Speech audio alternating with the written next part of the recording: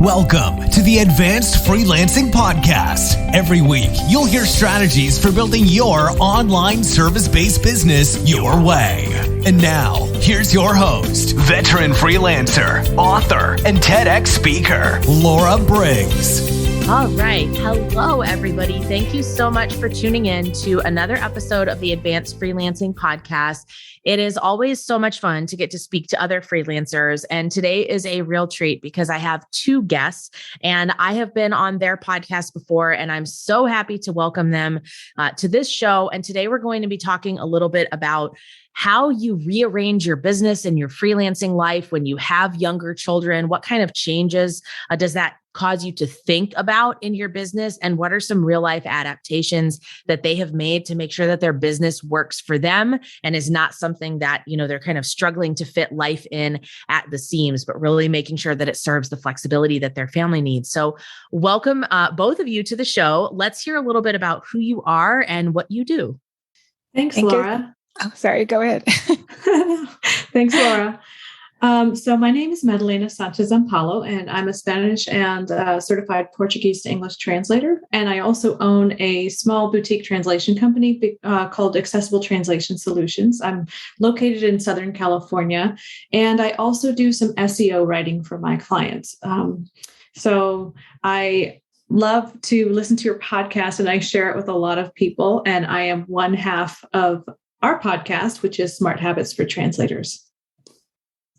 Yeah, thank you so much for inviting us, Laura. My name is Veronica de Michelis. I am based just outside of Houston, Texas, and I am a certified translator into Russian. I work freelance. Before I became a freelancer, I worked corporate and oil and gas for many years in communication, human resources, social responsibility. But I now work as a freelancer and specialize in website, app, and software localization into Russian, and also creative and marketing texts. And I also teach translation and localization here at Houston Community College and co-host the podcast for Translators with Madalena. And I have two little kids. One is 9 and the other one is 5 years old. Amazing. Yeah. Thank you so much for joining me. If you are a translator and you have not checked out their podcast yet, I highly recommend it. They have so many great resources that they share, not just on their show, but all throughout social media. So it is a must listen if that is something you're already doing or you're thinking about adding that to your skill set as far as your freelance services. I guess let's start with, how did you two cross paths? Because obviously you work together now, but I'm always curious when that happens for freelancers who mostly work in this kind of digital vacuum. How did you come across one another and decide that you wanted to partner up and work on some things? Yeah, that's a cool story. I mean, we met through professional network. We both belong to American Translators Association, which is the largest association, a professional association for translators and interpreters in the world, and definitely here in the United States. So as soon as I started freelancing, I joined ATA, and Madalena has been there for way longer than I have. And we met through connections there, just networking, meeting other people.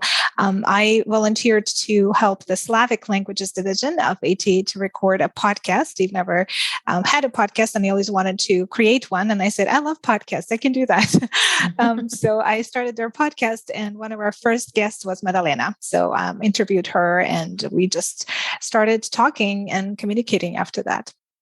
The rest is history. Yeah. No, that is a great story. And it's also a powerful lesson in you never know where you're going to meet your freelancing friends. And it's always powerful to build a network. I know for me, I kind of look back at some of these relationships that I have with other freelancers and other people who coach freelancers, and they go back years. And it might have been a random thing where we ended up crossing our paths. It was interesting to me. One of the people that I talked to a lot, Abby Parrots, who's been on this podcast before, she and I largely became connected because she did a talk at Upwork. And when Upwork asked me to come do a talk there. They said, hey, here's our speaker from last year. Here's the video, and connected me with her. And we just became really good friends over that. And so you never know when you're going to meet somebody. And it's awesome to talk to other people too, because especially when you've been in business for a while, or you've been in your service area for a while, getting that fresh perspective of how other people are doing it, the challenges they're facing, how they're scaling, where they're taking their business, is really nice, because sometimes this can be very isolating, right? We're figuring everything out on our own. So awesome. Very, very good Definitely. for you to. So let's talk about, when you got started to now, what was your journey into freelancing like? How did you decide that this was something you wanted to do? How did you land on translation as what you wanted to kind of originally focus on? Mm-hmm. Yeah, it's funny because most translators you talk to will tell you that this is not what they started out thinking they would do. I think there are very few people that will tell you that. But so I started out as actually a healthcare interpreter, and I was interpreting in Louisville, Kentucky, where I lived at the time. I had just finished my master's degree at the University of Louisville, and I was also working for a small agency there as their interpreting coordinator. So I would, train interpreters, send interpreters to different locations. And I did a lot of administrative work in that sense, but I was also a healthcare interpreter. So I would go into hospitals and clinics and different scenarios where they would need somebody to interpret. So then I did pretty much mostly Spanish and English. That area has a lot of Spanish speakers. And then a few years later, my husband was going to start his PhD. So he did that at Ohio State University. So he moved to Columbus, which is a few hours away from Louisville.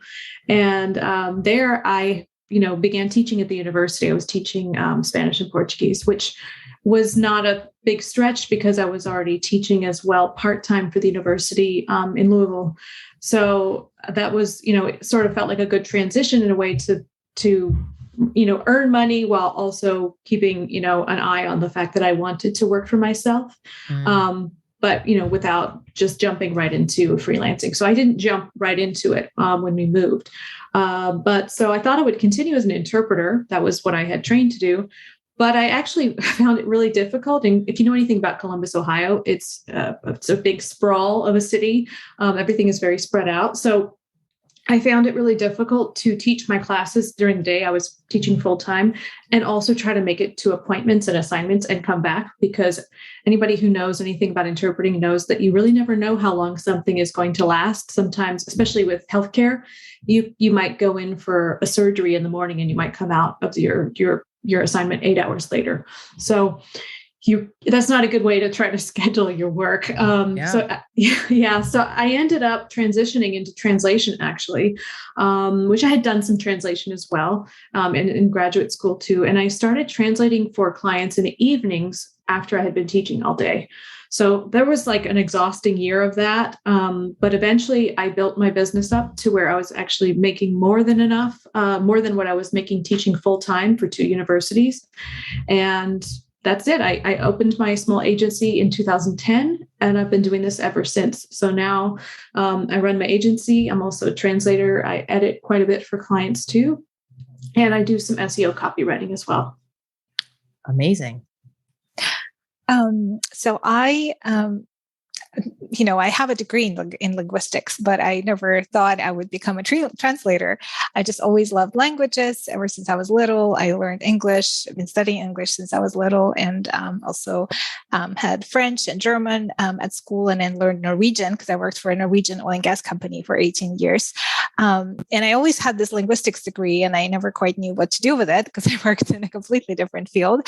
And primarily, did human resources, lots of communication related stuff, events, media relations, advertising, stakeholder management, social projects. And it was a nice bonus that I had this linguistics degree and could help out with, some translation or interpreting when needed. But we actually had an in-house team of translators that our company used. And then my husband and I, we moved to the United States for work. And I decided that this was a perfect opportunity for me to start from a clean slate. We had a baby at the time, and I decided, why don't I do something with my linguistics degree? I did some research. I found out that there is a translation and interpreting certificate program at a local community college. So I completed that just to give myself a better head start, because I've never freelanced and never worked full-time as a translator or interpreter. And then I joined the American Translators Association and also a local association for translators, and just started learning as much as I could about the profession, about running a freelance business. And at that time I had, my daughter was 3.5. So, I could kind of work around her hours when she was at daycare, when I had any help. Just kind of softer start, I guess. I had all this corporate career behind my back, but I didn't quite know how to run my own business. And that's why it was so helpful to join a professional association and start meeting colleagues early on, so that I can understand how to do it on my own. Yeah. And that's such a great transition into talking about some of the flexibility of maybe like the different phases that your freelance business goes through. And while today we'll be talking mostly about what does that look like when you have a family, and how do you decide what sort of schedule your children need and what your business looks like as a result of that. But I feel like there are a lot of people out there that need flexibility for other reasons too. So it's possible you have a chronic illness, or you're caring for someone who is disabled, or you're caring for an elderly parent where you don't always have control over what your schedule looks like. And you need extreme flexibility and sort of operating more from this idea of, I generally work this many hours per week, and those hours may flex quite a bit based on whether or not something has happened, or the fact that I can never work mornings or things like that. So let's talk a little bit about having younger children specifically, and how did that affect your business? What did you have to make any changes in your business and your approach based on the fact that you had young children? Well, with my first one, as I mentioned, I started freelancing when she was 3.5. So I kind of naturally adjusted my availability, my schedule to the time I actually had alone. While she was at daycare. She's been, because both my husband and I are from Europe. Both of our kids started daycare when they were like 1.5 years, because we don't have any family here. We don't have much of a support network. So we really relied on daycare and babysitters all this time.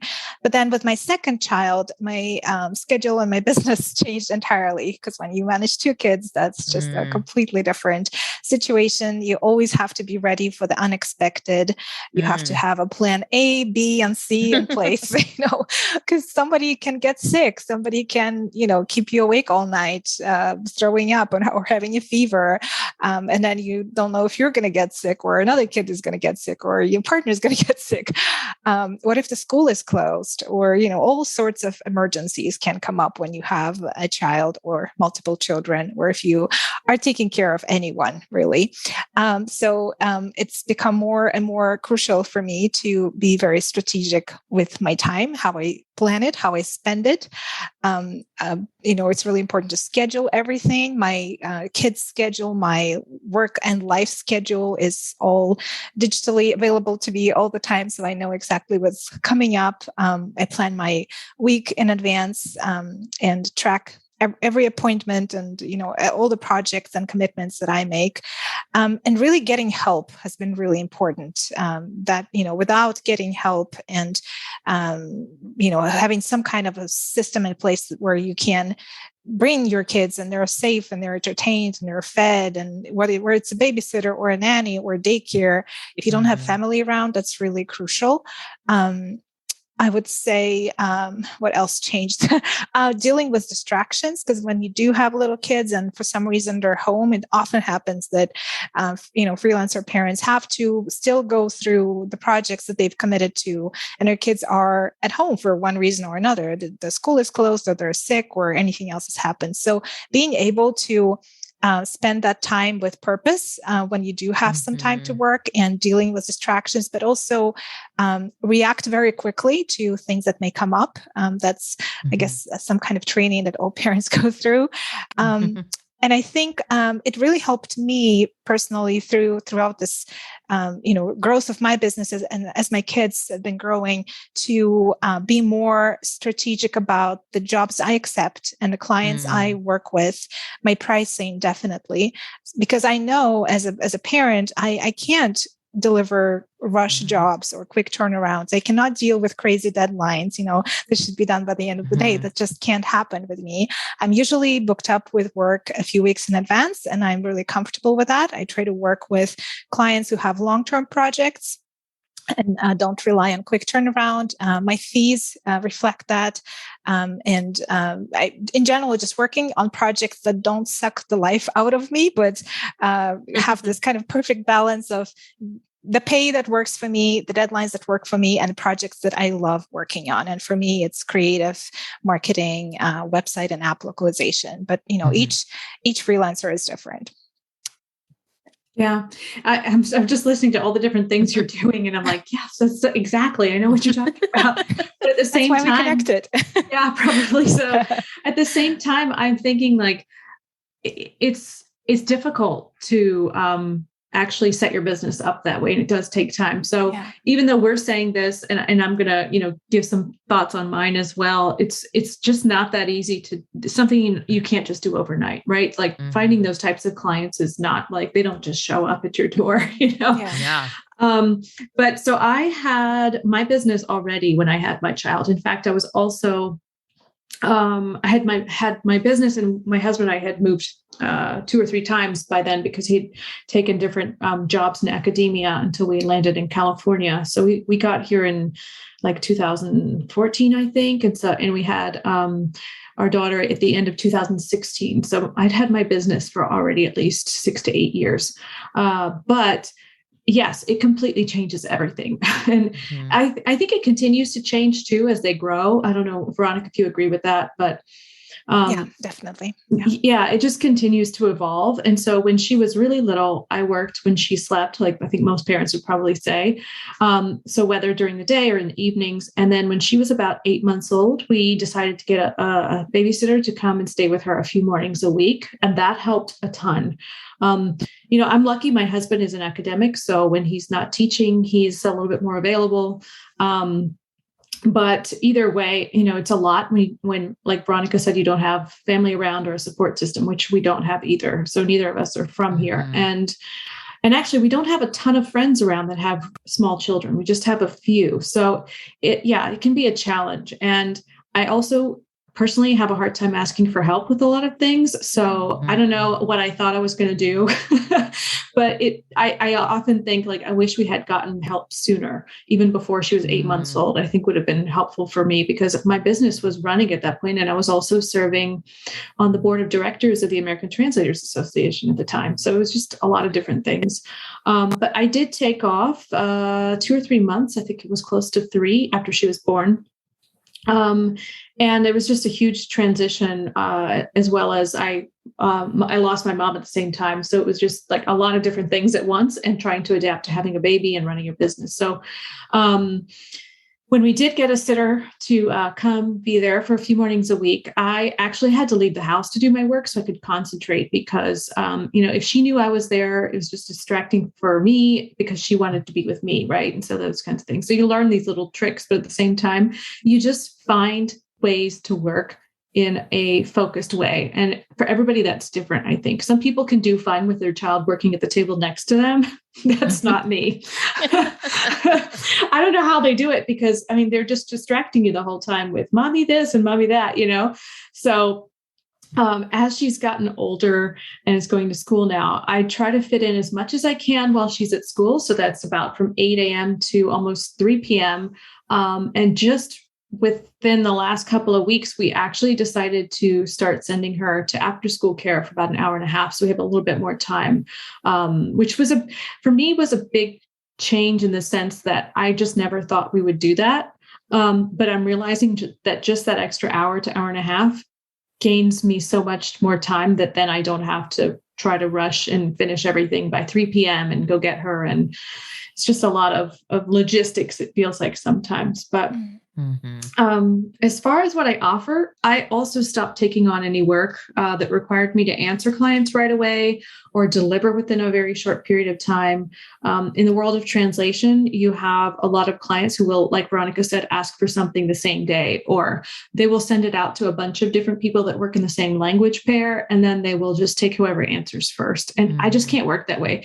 And I stopped working that way before she was born, but especially after she was born, that was just not an option. And it actually works well just for your mental health to not work that way, even if you don't have kids, Yes.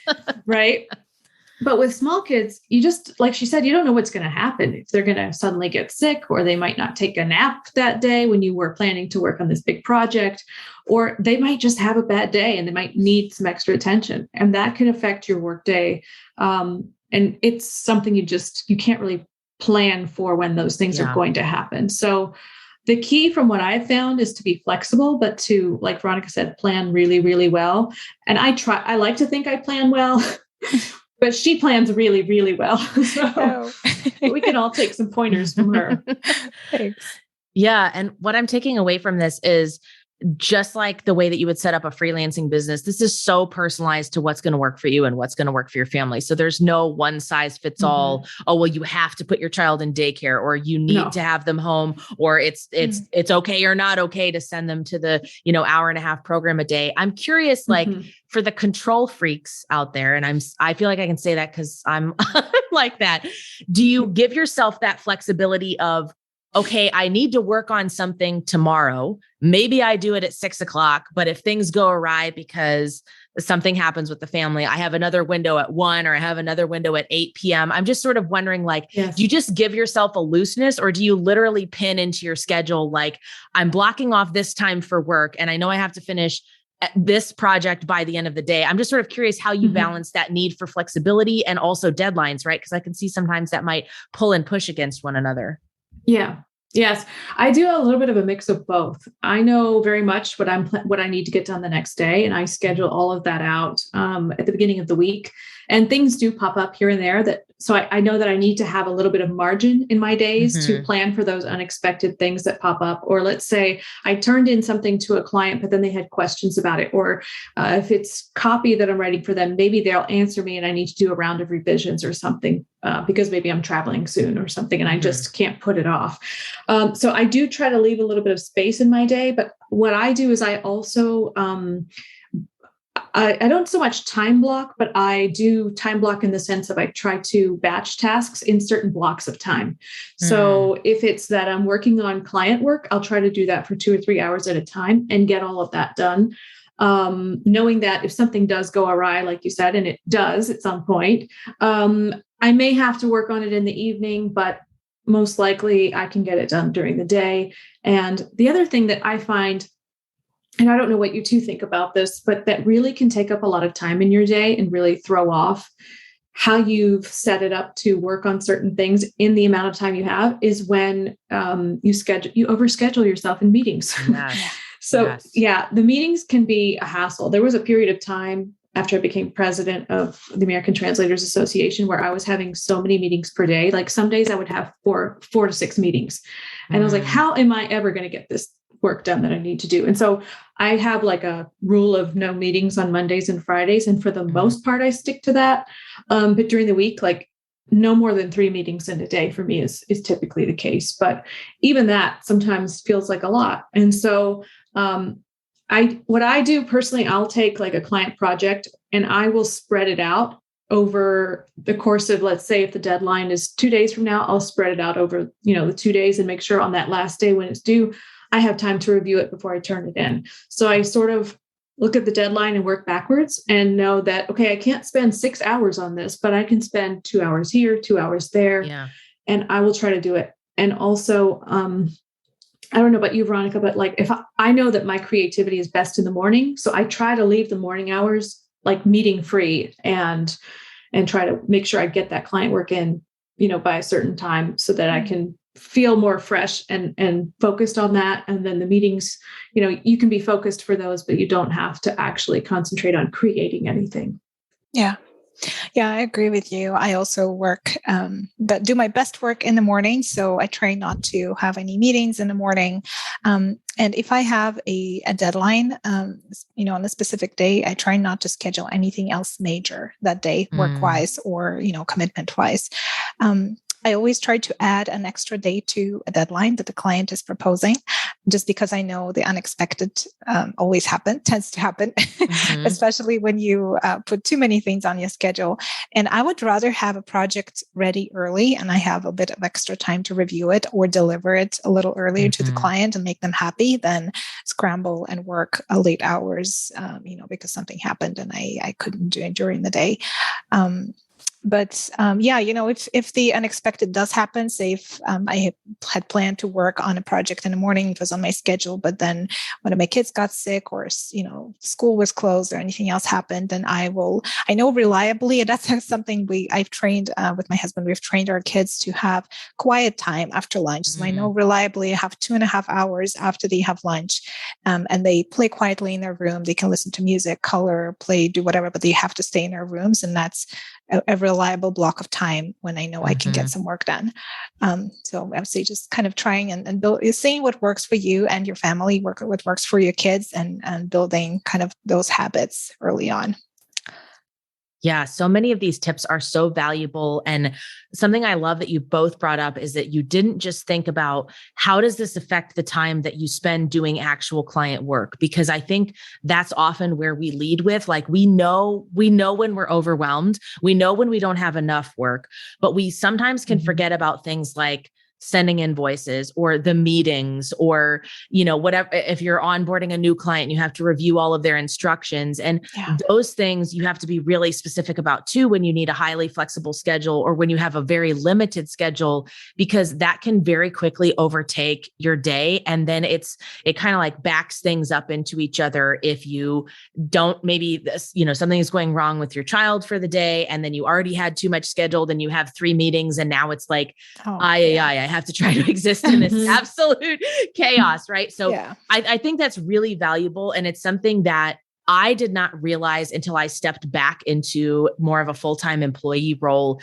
Not only like how much time we spend in meetings, but how draining they were for me. I mean, it was like, you're on the whole time, you're on video, you're talking, you're being creative, you're strategizing. And it's like, I don't have the energy after 3 hours of meetings to hop into a blog post and write 2,000 words. Exactly. So you've got to balance that too. Like, okay, on my absolute best days, how much freelance work do I produce? And then how can I dial that down a little bit to be more like, what is still a win, but maybe like I'm not holding myself to the standard of my best days. And then I love that you talk about being specific around the days that you take meetings or the amount of meetings you have per week. I really got into the habit after stepping out of that employee role on Friday afternoons, looking at the schedule ahead. And immediately I wanted to see white space. I wanted to see that I didn't have back-to-backs. I wanted to see that there was at least one day where I didn't have any meetings at all. And so those things are important to think about too, in how you qualify your clients, right? Because sometimes you'll have clients that won't budge and they're like, no, we need to meet every single week, or we need to meet before every project we kick off. And other times that's something you can negotiate where you can say, listen, a weekly meeting Monday morning at 9 a.m. just doesn't work for me. I'd really like to work with you. Could we do a bi-weekly call of 30 minutes on Wednesday afternoon? That's when I have childcare, or that's when I know things are going to be quiet. That's my compromise. Because I think a lot of times we default to things like that we can't negotiate them. And we're like, oh, I can't take this client if they have that Monday 9 a.m. meeting. And I know that school drop off, or I know that's a time I tend to, not be super focused. So really important things to think about that you mentioned, being flexible, knowing when you work best, knowing what your max is as far as things like meetings and actual client work. So I want to dig a little bit into this idea of, did you have to adjust your expectations of what could be accomplished? I imagine imagine something like this could be challenging for the freelancer who's doing 30, 40 hours a week. They consistently meet their deadlines. They have very few distractions. And then their whole life changes. And maybe they've taken some time off, after adoption or after giving birth to a child, and they're trying to recalibrate their schedule. So was there any part of this beyond the physical limitations of, okay, I have to be so much more flexible and I have to be accommodating to my family? Is there a mental component of, I have to accept that my work just doesn't look like what it did before, and I shouldn't put that pressure on myself to get back to that previous standard? Yeah, most definitely. It was a huge adjustment for me already with my first child when I started freelancing, because I came from being a long time corporate. I was an employee for many years, and I was used to this idea that you have to work, 40 hours a week. And so I knew that, my child was at daycare, and I had this idea in my head that I am a full-time freelancer and I have all day to work. And it took me a while to realize that all of my husband works, in an office. He's an office employee. And so he leaves pre-pandemic, he would leave for work at the office, and I wouldn't see him until, he came back home for dinner. So all of the other things that have to be done around the house that would naturally fall on my shoulders too. And, drop off, pick up, and, the laundry and the grocery shopping and all of that. So I realized eventually that, I work all day, every day for me means I have maybe 5 hours per day of actual time available for work. And I realized that I have to be very wise with the way I spend that time, and that was a huge kind of cold shower in one sense, but in another sense, it felt very freeing to be like, oh, I'm not working full time. I work the hours that I set, and that's the schedule I have decided works for me and my family and my business. And as I mentioned before, just adjusting your expectations as well. If your kids go to school or preschool or daycare or actual school, the reality of how often they get sick, the schools are closed. There are always this teacher days or, early dismissal days. Then you have the long summer break, the spring break, the Christmas break. And what do you do when this happens, when it is a planned or maybe unplanned break and the kids are home, but you have work to be done? So what do you do when that happens? That was an adjustment too. And to me, for me, it meant that I have to go in whenever the school year starts. I put all these days on my calendar. I know they're coming up. I color code them in a different way. And I know I shouldn't be scheduling anything major, definitely not meetings, no, deadlines on these days. So I try and work around those. And the last one that I think is worth mentioning for me, that was an adjustment too, is the distribution of roles and responsibilities at home with my husband, but for anyone else, if it's a partner or a spouse, it's always changing. So it's always a conversation on who does what, who drops off the kids, who picks up the kids, and how it works when we both, during the pandemic, the reality was very different for us because we both worked from home, and he was on a hard schedule and I was on a more flexible schedule. So how do we take turns and make sure that I don't burn out carrying this extra load while he gets his work done? So always realizing that that situation may change and having an open dialogue with your partner if you're in it together. That's really important. Yes, I agree completely. And as you were saying, all those breaks from school and unplanned or planned, I'm like, oh yeah, the breaks from school are the worst because it's funny, even I try to be organized and then I realize, oh, I missed one on my calendar, or I didn't realize this was coming up. Even though it was on my calendar, I just didn't look that far ahead to realize or something. But, the pandemic is a perfect example. Nobody knew how long their kids were going to be home from school. And I was lucky enough. My child was young enough at the time that the pandemic started that she didn't have to do all kinds of like homework and at home learning, but I know a lot of parents did. And I picked my hat off to them because I don't know that I could do that. It was really difficult. And yeah, I think for me, it was a huge transition in the sense that I've been running my business for a long time. And so it was not that I had to think about how my business initially could work around having children. It was the other way around. Like, how am I going to be a good parent and still run my business?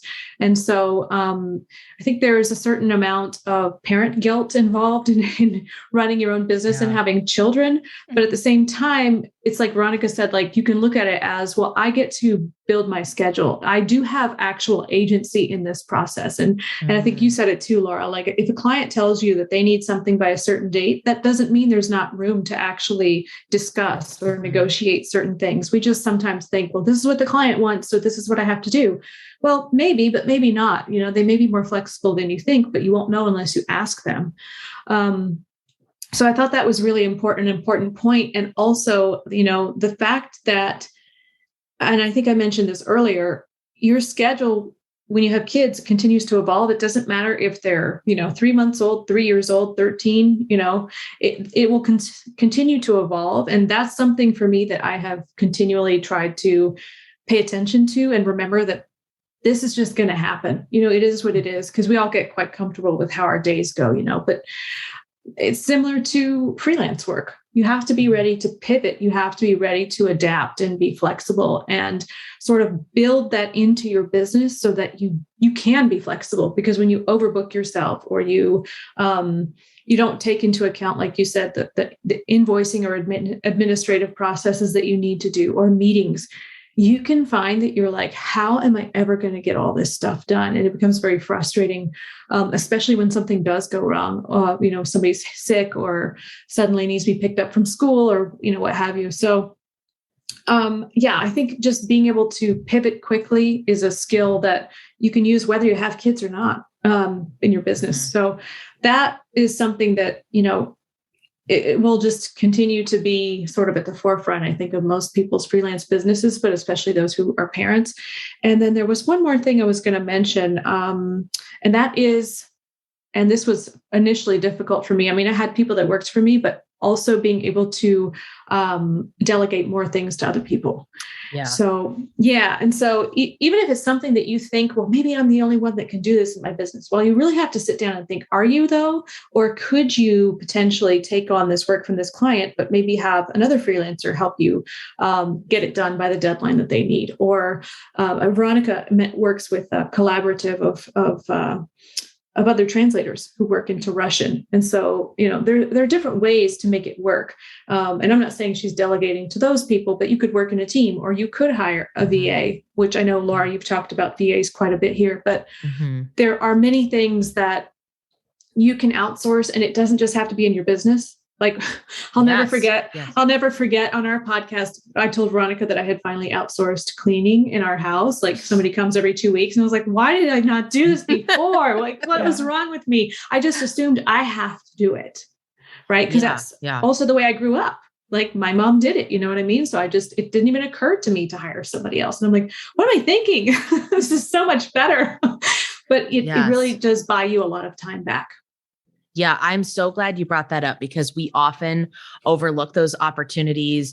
We once we started in our business, it's easier to be like, okay, I could invoice, or I could outsource invoicing, or I could get a piece of software that's going to do 90% of my accounting work. And we get really comfortable with it. But at home, it's almost like you feel guilty doing it. Like I felt like we have a house with a pool. And when we first moved here, we were like, we could figure this out. We could totally figure out the chemicals. And I was like, wait a minute. I am not a scientist. I'm going to mess it up. And then they're going to have to come out here anyways. And even little things like I get a HelloFresh box delivered every week so that there's at least 3 meals I don't have to go shopping for. They are already planned. They have vegetables in them. Like it's just those little things. So like, don't be afraid to look for those opportunities in your business, in your personal life, with whatever is going to help support you, making things easier for you, because it's totally okay to do it. And I am jealous that you have a cleaning service, because that's another one. Like, it's a great procrastination tool. When you don't feel like doing client work, you can start cleaning your house, but that's like the only time I'm interested in it. So yes, I'm very jealous. Good thinking there. Well, there's so many great tips in this episode. So thank you so much for sharing your insight and how you've made this work for your family with your growing businesses. So where can listeners go to learn a little bit more about the work that you two are doing? Yeah, so we are on basically most social media channels. You can find us. We're Smart Habits for Translators is our podcast. And also our website is smarthabitsfortranslators.com. Awesome. Well, like I said, thank you both so much for being here and sharing your insight. Your podcast and your social media channels are a great wealth of knowledge. So I encourage freelancers to check those out as well. Thanks, Laura. Thanks, Laura.